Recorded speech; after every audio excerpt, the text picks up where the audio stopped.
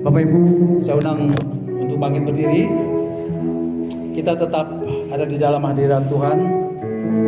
Kita tetap di dalam suasana menyembah.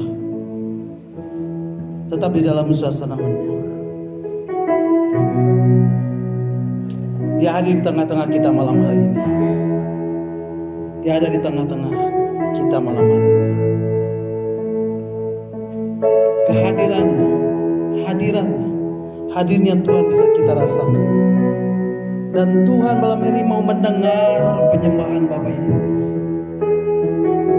Dia ada di tengah-tengah kita. Dia ada di tengah-tengah. Mari sembah Dia. Mari sembah Dia. Katakan dengan sungguh-sungguh.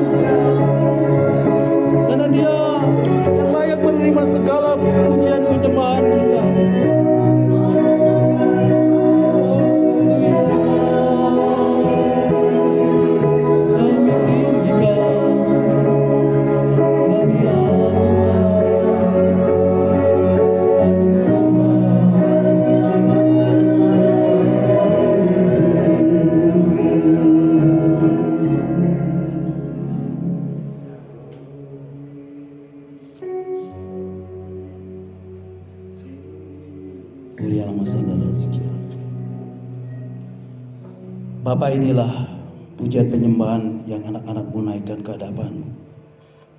Inilah pujian penyembahan yang anak-anak-Mu naikkan ke hadirat-Mu. Terimalah dan nikmatilah pujian penyembahan kami ya Aba ya Bapa.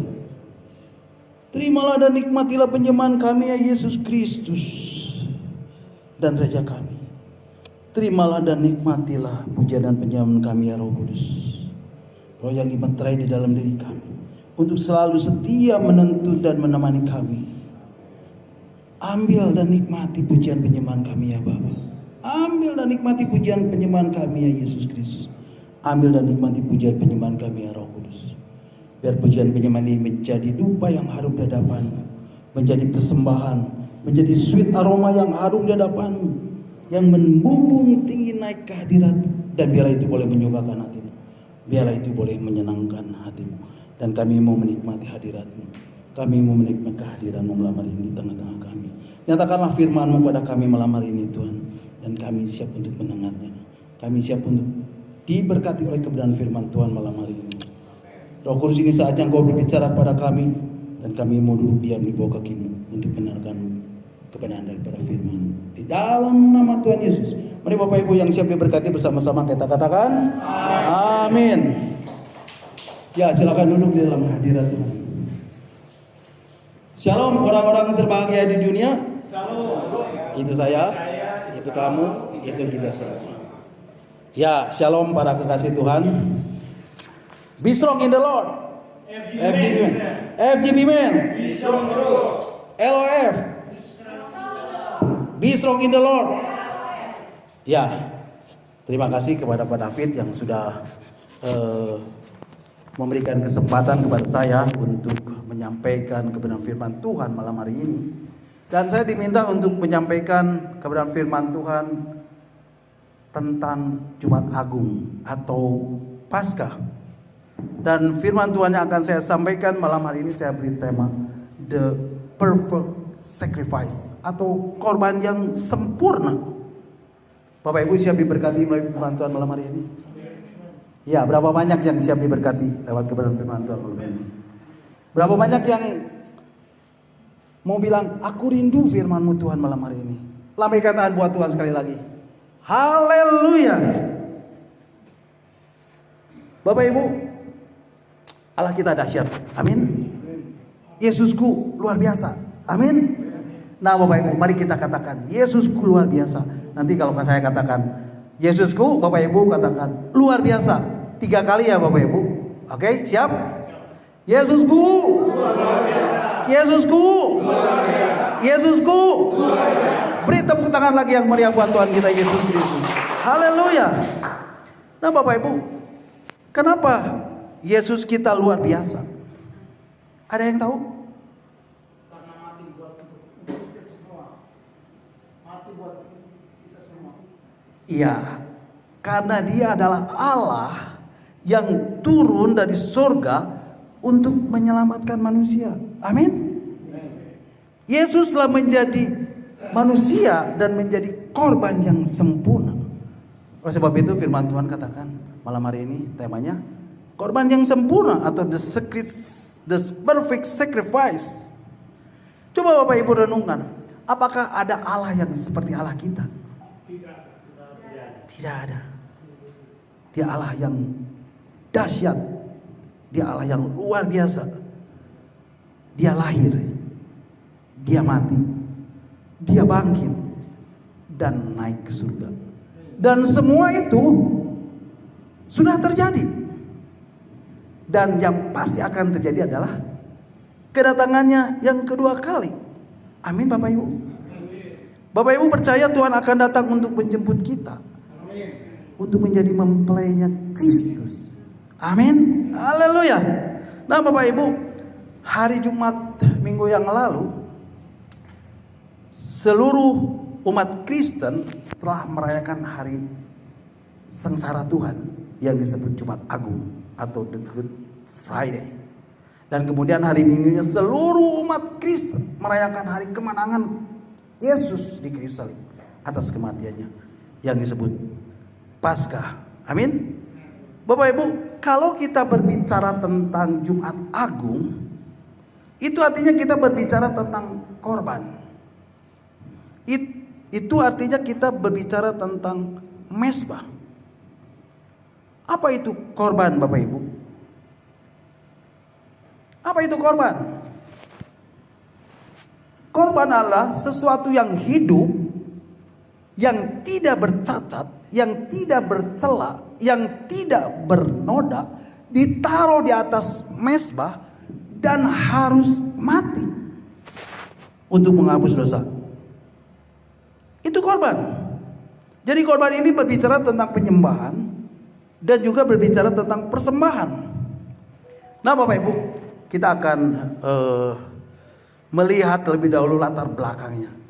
Kita akan baca di dalam kitab Kejadian pasal 2 ayat 17. Saya akan bacakan saja Bapak Ibu supaya kita cepat ya. Kejadian pasal yang kedua ayat 17 mengatakan, tetapi pohon pengetahuan tentang yang baik dan yang jahat itu janganlah kau makan buahnya, sebab pada hari engkau memakannya pastilah engkau mati. Bapak Ibu pasti tidak asing lagi dengan kisah ini ya. Ini adalah kejatuhan manusia ke dalam dosa. Dan ternyata Adam dan Hawa melanggar apa yang menjadi perintah Allah untuk tidak memakan buah pohon pengetahuan yang baik dan yang jahat. Betul? Manusia tidak taat kepada perintah Allah. Dan akhirnya manusia jatuh ke dalam dosa dan harus mengalami kematian. Manusia mengalami kematian secara rohani dan secara jasmani. Mati di dalam roh dan mati secara fisik atau tubuh. Betul?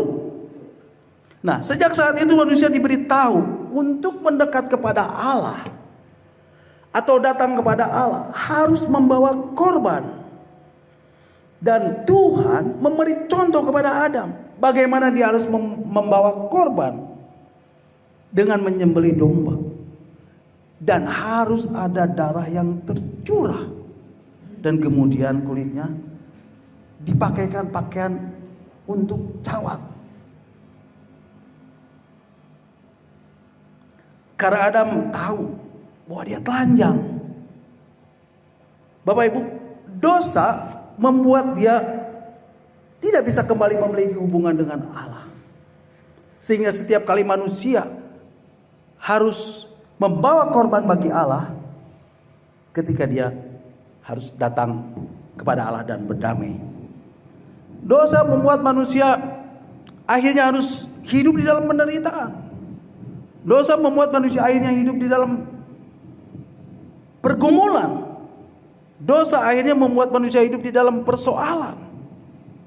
Dosa membuat manusia akhirnya hidup di dalam permasalahan. Harus hidup di dalam berbagai problema. Harus hidup di dalam berbagai tekanan. Harus hidup di dalam berbagai intimidasi. Harus hidup di dalam berbagai dakwaan. Harus hidup di dalam berbagai kesengsaraan. Dan dalam sakit penyakit. Dan dosa terus. Dan terus membuat manusia hidup dalam penderitaan. Membuat manusia hidup harus menderita karena kejahatan yang dilakukan.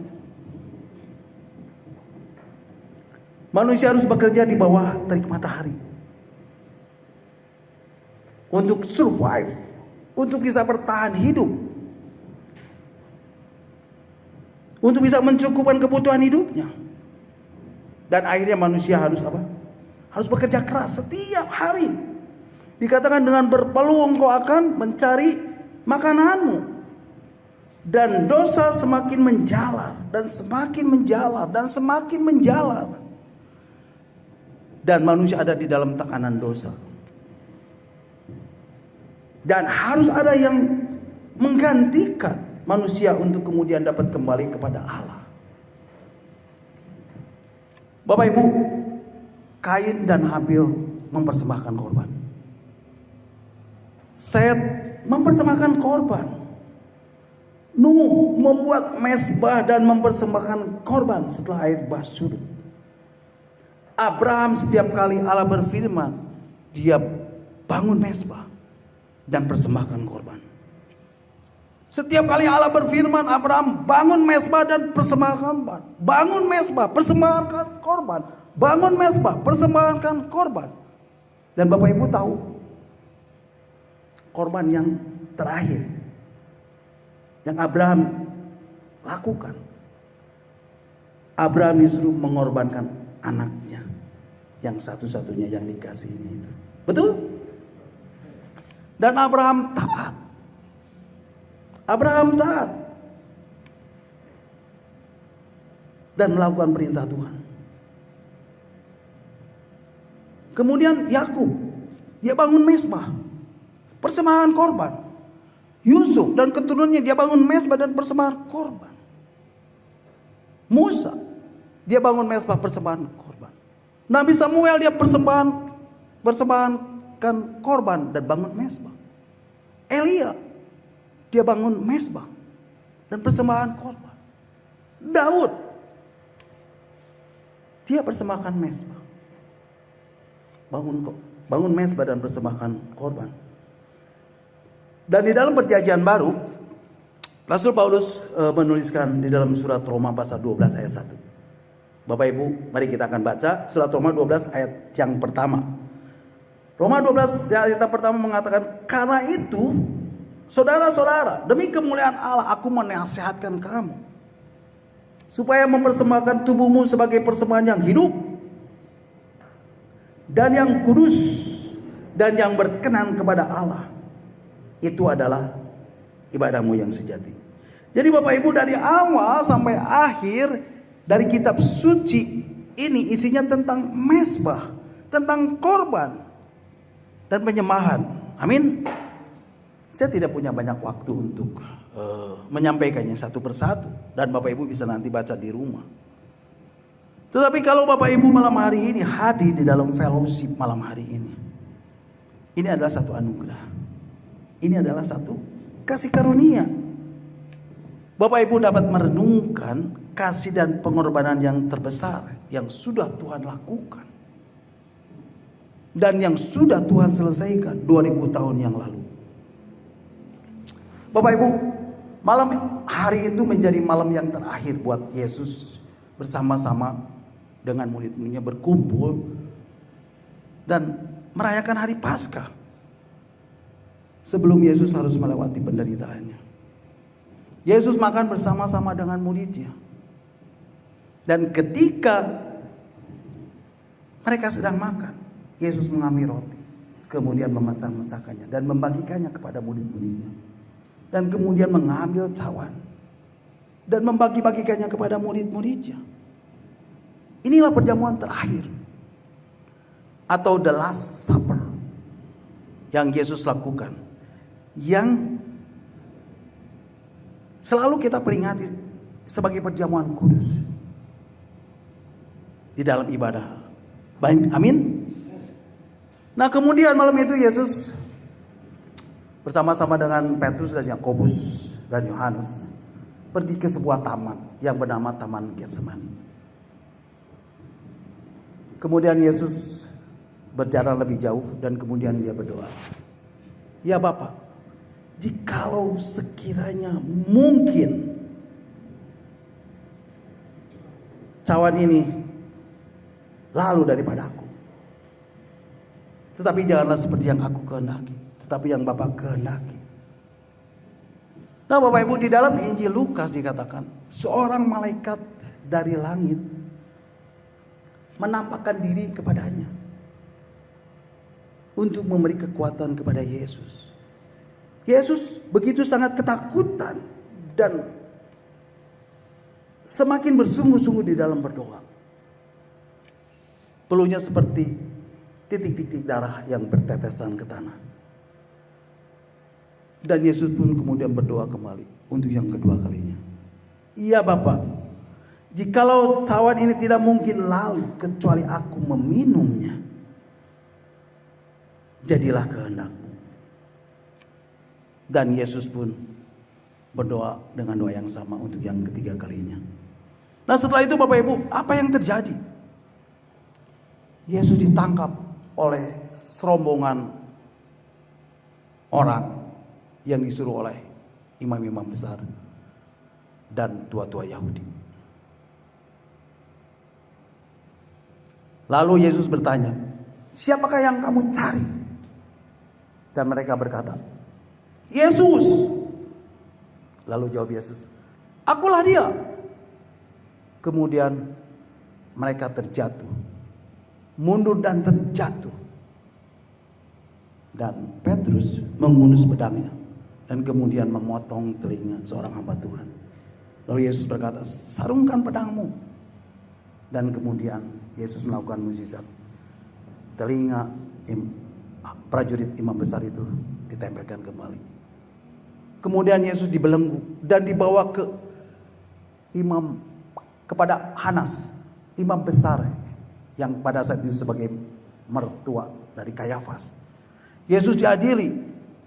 Yesus ditanya dengan berbagai pertanyaan tentang pengajarannya.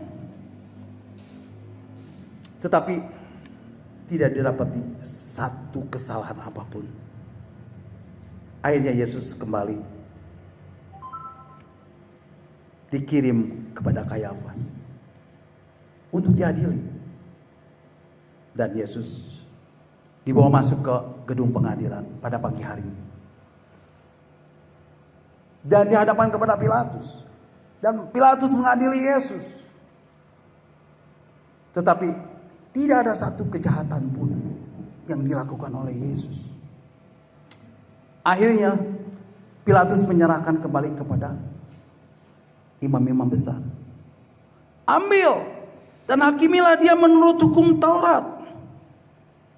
Tetapi apa kata imam besar itu? Apa kata orang Yahudi? Kami tidak boleh membunuh. Dan akhirnya Yesus diserahkan kembali kepada Pilatus. Dan Pilatus kemudian mengadili dia lagi. Tetapi tetap tidak didapati satu kesalahan apapun pada Yesus. Dan Pilatus berniat untuk apa? Untuk menukarnya dengan Barabas. Supaya Barabas dihukum. Karena dia lebih pantas dihukum mati. Oleh sebab kejahatannya. Tetapi orang-orang Yahudi berkata apa? Salibkan dia! Salibkan dia! Salibkan dia! Bapak Ibu, apakah setelah diadili semuanya beres? Semuanya selesai? Tidak Bapak Ibu. Lalu apa yang terjadi? Yesus disesah. Kemudian prajurit menganyam sebuah mahkota duri dan menaruhnya di atas kepala. Bapak Ibu, sebetulnya bukan menaruhnya, tetapi ditaruh dan ditekankan ke kepalanya. Bayangkan Bapak Ibu, kesakitan yang diderita oleh Yesus. Supaya apa? Supaya tidak terlepas ketika dia harus melewati perjalanannya ke tempat penyaliban. Kemudian mereka memakaikan jubah ungu pada Yesus. Dan berkata, salam hai Raja orang Yahudi. Lalu mereka apa Bapak Ibu? Menampar muka Yesus. Bapak Ibu bisa bayangkan? Yesus ditampar. Dan akhirnya Yesus diserahkan untuk disalibkan. Bapak Ibu tahu apa yang terjadi? Apa yang prajurit Romawi lakukan di dalam perjalanan ke tempat penyaliban itu? Kedua tangan Yesus dirantai, kemudian diseret.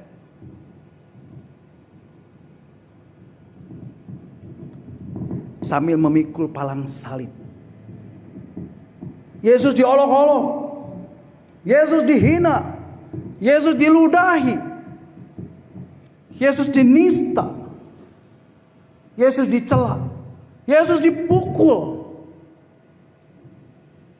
Yesus dicela. Yesus ditendang.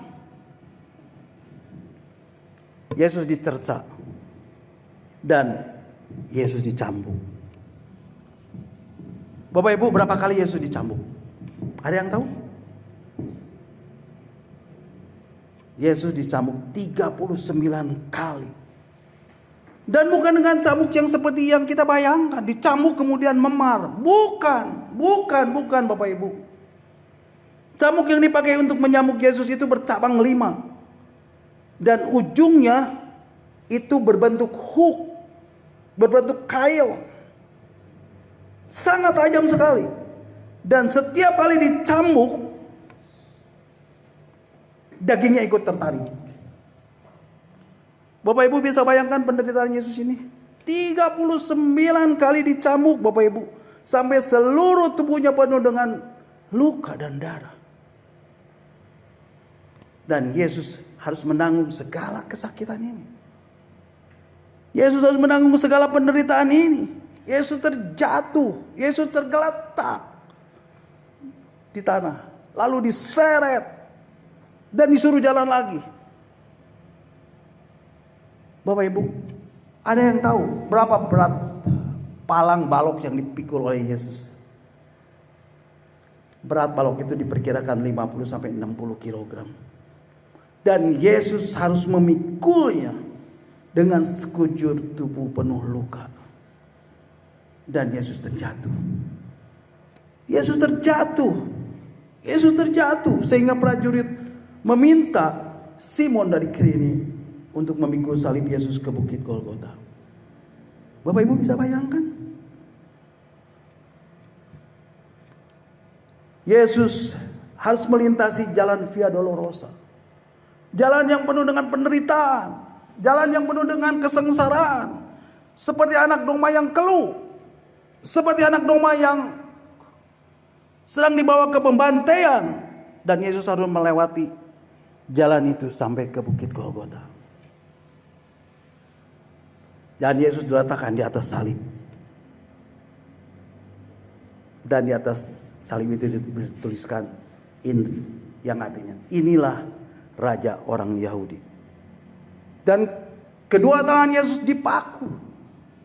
Kaki Yesus dipaku. Dan Yesus diletakkan di antara 2 orang penjahat. Bapak Ibu, setelah itu para prajurit membuang undi untuk mendapatkan jubah Yesus. Dan Yesus diolok-olok. Kalau engkau Allah, turunlah dari salib ini dan selamatkanlah dirimu.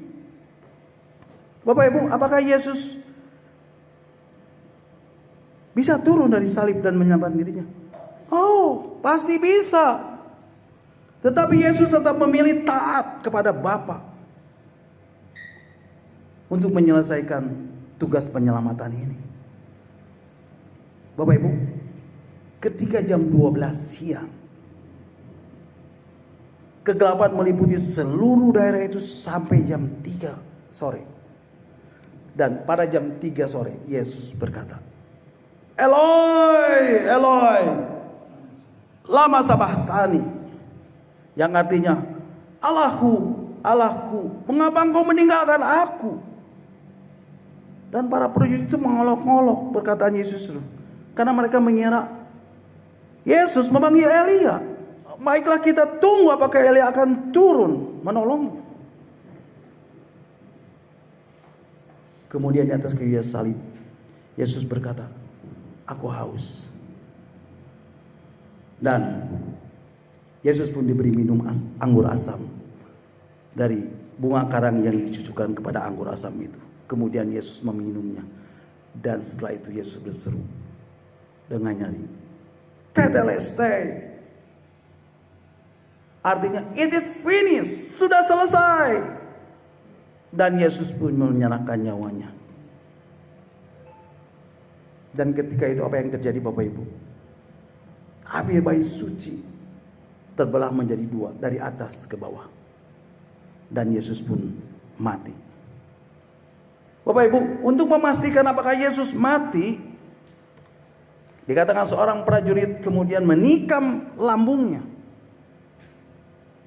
Dan darah mengalir dalam tubuh Yesus. darah dan air mengalir daripada tubuh Yesus ini. Bapak Ibu, sungguh tragis penderitaan Yesus ini. Sungguh tragis pengorbanan Yesus ini. Dan semua ini untuk siapa Bapak Ibu? Semua ini untuk siapa Bapak Ibu? Untuk menanggung semua dosa manusia. Dan semua penderitaan manusia. Semua persoalan manusia. Semua pergumulan manusia. Semua permasalahan manusia. Semua problema manusia. Semua tekanan hidup manusia. Semua intimidasi. Semua dakwaan. Semua kesengsaraan. Semua sakit penyakit kita. 1 Petrus pasal 2 ayat 24 mengatakan, 1 Petrus pasal 2 ayat 24 mengatakan, Ia sendiri telah memikul dosa kita di dalam tubuhnya di kayu salib, supaya kita yang telah mati terhadap dosa hidup untuk kebenaran. Oleh bilur-bilurnya kamu sudah sembuh.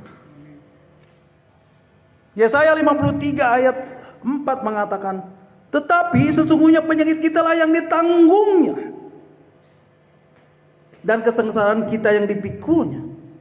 Padahal kita mengira dia kena tulah, dipukul dan ditindas oleh Allah.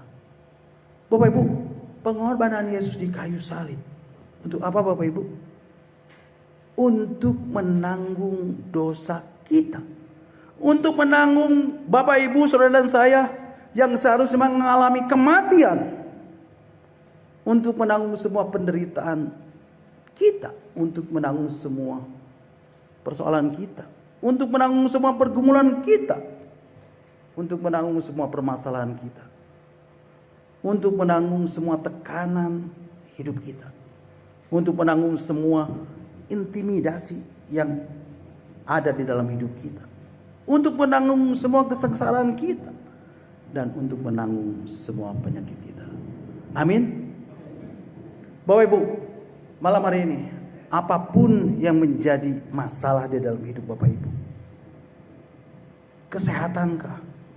Mungkin Bapak Ibu saat ini sedang mengalami sakit penyakit yang tidak kunjung sembuh, dan sudah lama berdoa meminta kesembuhan kepada Tuhan, tetapi tidak kunjung sembuh dan masih belum sembuh. Atau Bapak Ibu saat ini sedang mengalami kesulitan dalam keuangan. Mungkin Bapak Ibu saat ini sedang terlilit utang atau pinjaman bank dan tidak sanggup mencicilnya lagi. Atau Bapak Ibu saat ini sedang membutuhkan uang untuk menyekolahkan anak, untuk mengkuliahkan anak. Atau Bapak Ibu saat ini sedang membutuhkan uang untuk membayar sewa rumah, atau membayar kos dan lain sebagainya. Atau Bapak Ibu sedang mengalami kesulitan di dalam pekerjaan.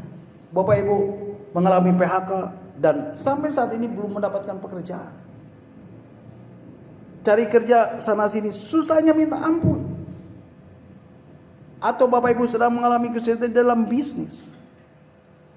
Bapak Ibu sedang mengalami keterpurukan di dalam penjualan. Penjualan Bapak Ibu terus menurun. Banyak tagihan macet.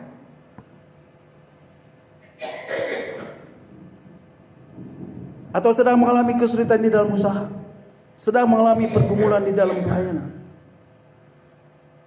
Bapak Ibu, percayalah, semua itu sudah ditanggung oleh Yesus di kayu salib.